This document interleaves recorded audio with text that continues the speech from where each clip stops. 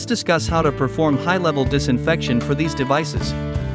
The first step is to wash and brush clean the laryngoscope and camera cable.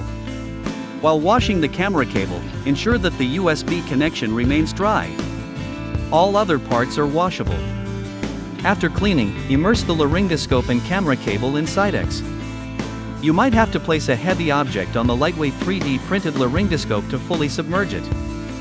For the camera cable, make sure that the USB connection port is kept outside the Sidex solution.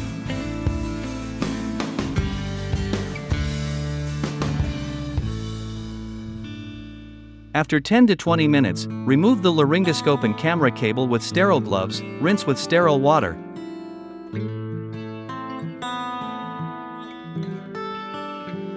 And dry them with a sterile towel.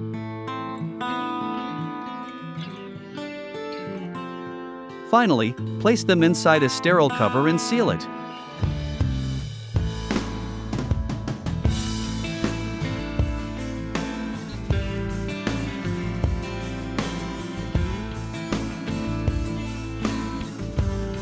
Your budget-friendly video laryngoscope is now ready for its next use.